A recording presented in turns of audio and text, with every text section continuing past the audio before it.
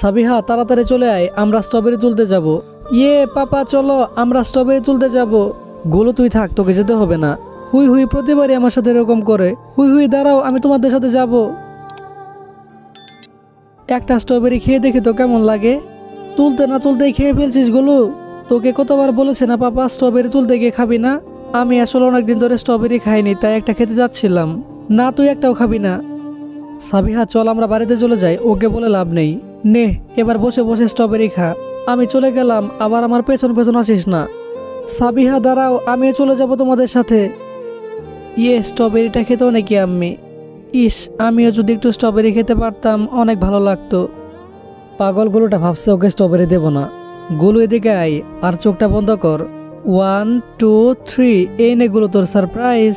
ইয়ে হুই হুই এতগুলো স্ট্রবেরি আমার। হ্যাঁ গোলু, এই সবগুলো স্ট্রবেরি তোর। আস্তে আস্তে সবগুলো স্ট্রবেরি খেয়ে ফেল। তো বন্ধুরা, গোলুর স্ট্রবেরি অভিযানের এই ভিডিওটি তোমাদের কাছে কেমন লেগেছে অবশ্যই কমেন্টে জানিও, এবং আমাদের চ্যানেলটি সাবস্ক্রাইব করতে ভুলো না।